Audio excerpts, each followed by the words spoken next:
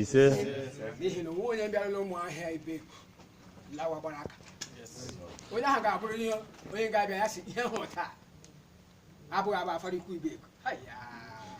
kingdom nke dị ebube ibe ko mama no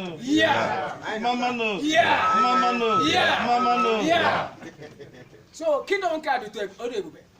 ọ bụ kingdom ihe na-eme ya mee biko onye ọbụla gbasa onwe ya n'ọdụ ịbịala ngarị anyị na-anabata ndị ọbịa karịkwa nke unu bịa ka isi anyị kwatụ akwa ịma nkwa ụmụ nga na-emekwa ada ọhụrụ kwa akwa be akwa ibe akwa atọ ụtọ unu chọ ka m betụrụ ekuru so mụ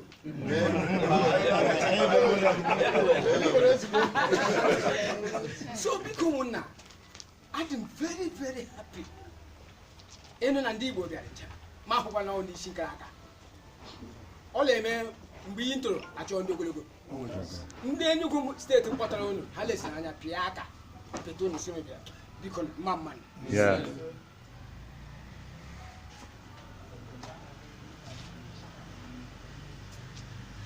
hapụ ọjị biko ọ bụ ọjị ga-akpọ mmadụ ahụ ọjọọ ọ bụ ọjị ga-akpọ mmadụ ahụ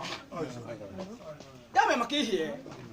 njem unu bịa ka ozi esi na kunu nghọta nke ọma na ndị unu bịakwutere bụ ndị Igbo onye abịakwutere ndị Hausa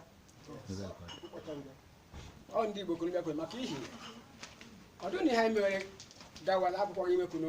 nza ahụ nọma ọkwa na ọjị ga-eme ya mee biko onye ke mmakwanụ bụ onye m ga-asị ya ka o were ọjị gawa njem nna ọ ma were n'eziokwu la wara bụ nwa ka ebuze oke